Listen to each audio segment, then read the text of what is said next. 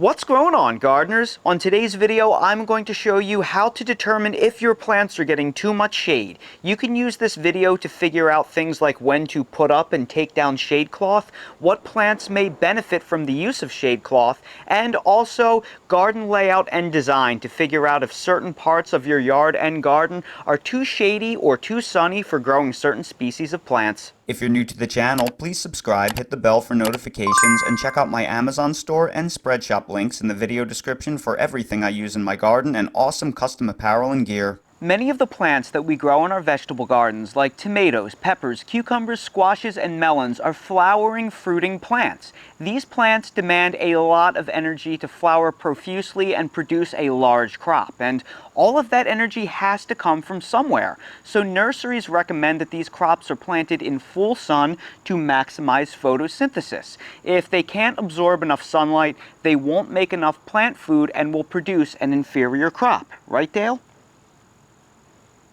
But there's a problem. These crops that we grow in our vegetable gardens are actually understory species. I mean, look at them. These aren't pioneer species, they aren't canopy species, they didn't adapt to tolerate full sun and actually evolved to grow in a dappled light situation at tropical and subtropical latitudes underneath the protection of a forest canopy. Most of us, well, we live in temperate or high subtropical zones where we see frost and freeze during the winter, so we have a relatively short season to grow these crops in, so we plant them out in full sun in order to speed up the growth and get a harvest before it gets too cold. This works great in spring when the sun is at a reasonable intensity, but in summer, these plants right here, well, they face a real problem. These poor plants are sitting out in UV index 9, 10, 11 sunshine for 8 to 10 hours a day, getting roasted all summer long. If we as humans sat out in those conditions unprotected for that duration, we would literally be killed in a matter of days. Well, these conditions start killing our plants too, because they aren't canopy trees. They did not adapt to tolerate such long durations of intense sun. Have you ever seen a tomato's leaf curl when the leaves of your tomato plants curl up? Do you know why it does that? It's a natural defense of the plant to reduce the surface area of its leaves and to protect itself and minimize photosynthesis. It is literally the plant's way of screaming, "Help me, I need shade, I can't do this anymore, I'm curling up in a ball for protection," just like a baby in the fetal position. So when these conditions become evident, when UV index starts reaching 8, 9, and 10 on the regular, I install shade cloth overhead. This simulates the natural forest understory these plants adapted to grow in. It causes a massive reduction in stress, it prevents leaf curl, stops sunburn of the plants and the fruits, and it reduces hormonal stress so the plants are less susceptible to diseases and pests. And it works brilliantly. Typically, my plants survive and produce 1 to 2 months longer than they otherwise would unprotected from the sun. But sometimes they even survive entirely throughout the summer, like all of these remaining 12-foot tall tomato plants you see growing here. They survived all summer. They are over 5 months old. But as summer drags on, the opposite problem happens. The sun weakens and daylight hours reduce. Eventually, the shade cloth that was once critical to the plant's survival is now causing problems. Now, the plants can't get enough sunlight to fully photosynthesize, and the shade cloth has to come down. That is what this video is all about. I will show you the classic signs to look for that tell you that your plants are getting too much shade. You can use these signs to determine when to take your shade cloth down if you use it. You can also use these signs to determine plant site selection to understand if portions of your garden are too shady for certain species of plants too. I live on the southeastern coast of North Carolina, Zone 8B, and I use 40% shade cloth here. I put my shade cloth up typically the first or second week of June.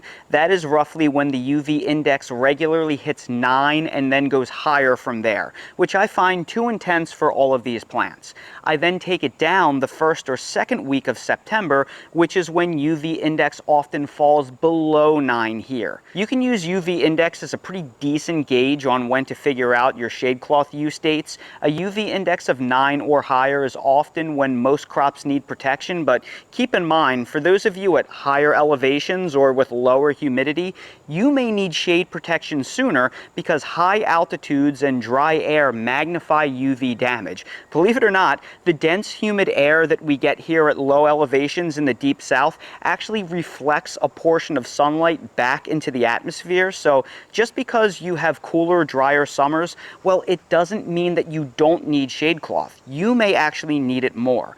I'll place a link down in the video description to my favorite brand of shade cloth that I use, which comes in all different sizes and is very affordable and very high quality. The first sign that your plants are getting too much shade is that they are trying to grow into the sun. Now, obviously, the 40% shade cloth is above me. That way is a direct east-southeast exposure. So the sun rises over there and it tracks like this all throughout the day.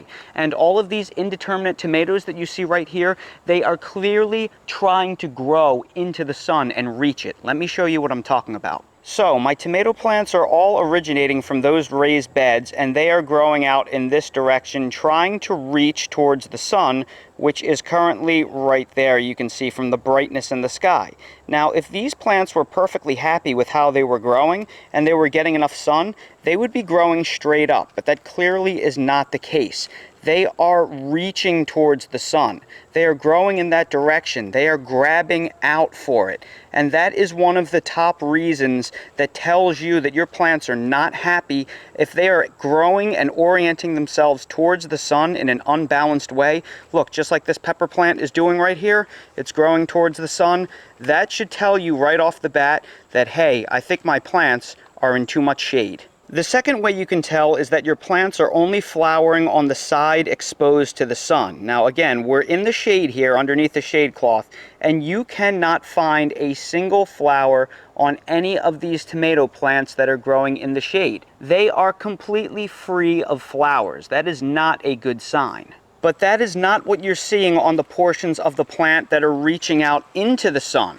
You are starting to see not only the formation of flower clusters, but also the formation of fruits. I'm actually getting little baby tomatoes form, and that is consistent across all of the plants that are reaching and growing into the sun.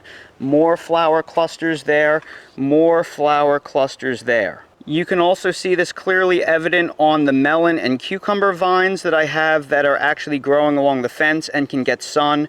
This melon vine is profusely flowering. This cucumber vine right here is profusely flowering. And this chocolate Trinidad scorpion pepper may be the most extreme example. There's not really any flowering or fruiting going on at all in the half of the plant that is in the shade. But if I go into the sun where this plant is reaching forward, look what you see. Scorpion peppers. These are a very tropical pepper that demand a lot of solar energy and a lot of warmth. So I'm only getting flowering and fruiting on the areas of the plant that are able to reach out into the sun, and then the locations of the plant that are in shade, well, there's not much going on. A third way you can tell your plants are getting too much shade is an overall lack of flowering in general. I mean, this dwarf tomato plant right here, which is no longer a dwarf, it's almost 10 feet tall, well, there is not a single flower on this plant because it's planted too far back into my raised bed. It is not able to reach forward into the sun. So it is basically growing in too much shade, and it has totally lost the ability to flower. We can compare this to the tomatoes that I have growing out with no shade protection at all in full sun. Now that we are in the middle of September, they are able to handle the comparatively much weaker sun. They are relatively, if not completely, free of diseases because the heat stress is finally not too bad, and I'm starting to get some fruit and flower set on these plants. So this is a dead giveaway that we are officially at the time of year where the plants that are growing out in full sun are doing better than the plants that are getting shade protection. So that shade cloth, that has got to come down. And the fourth way you can tell that your plants are getting too much shade is the leaves are growing very wide and flat. Now this is the portion of that chocolate Trinidad scorpion pepper that are growing out in full sun. Well, these are growing very reasonably sized leaves. But if I look in the back, All of the leaves growing in the shade, well, they are absolutely gigantic. They are bigger than they are supposed to be. And what this is telling me is that the plants are not getting enough sunlight, so they are reacting by overproducing large leaves, because the leaves are the solar panels of the plants. So instead of curling up because there's too much sun and reducing their size, they are actually expanding their leaves by making them unnecessarily large and flat to try and soak up as much sun as possible. So when you see leaves that are a little bit more ruffled and normal size, that indicates a healthy leaf that is getting the right amount of sun, whereas these leaves, well, they're just getting a little bit too wide and too flat. That indicates more solar energy is needed. So because all of my plants are exhibiting these symptoms, I now know I must remove this shade cloth because these plants clearly need more sun. However, you shouldn't just randomly take it down.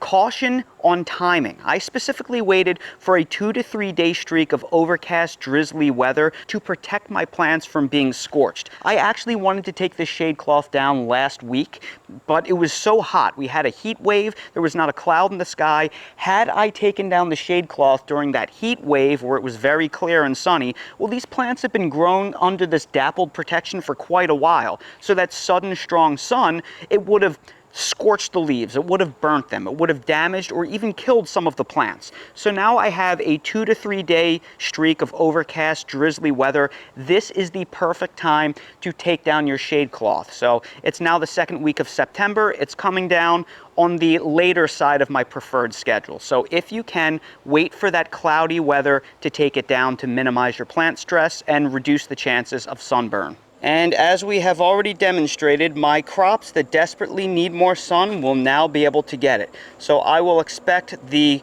crops here that are already beginning to flower even more heavily. And as for my crops that were not flowering because they were in total shade, well, I think they should all begin to sprout flowers within the next week or two. But what about the crops that are growing underneath this hybrid insect garden netting, which is also a 25 to 30% shade cloth? Well, I'm very happy with how these plants are performing right now. They are flowering.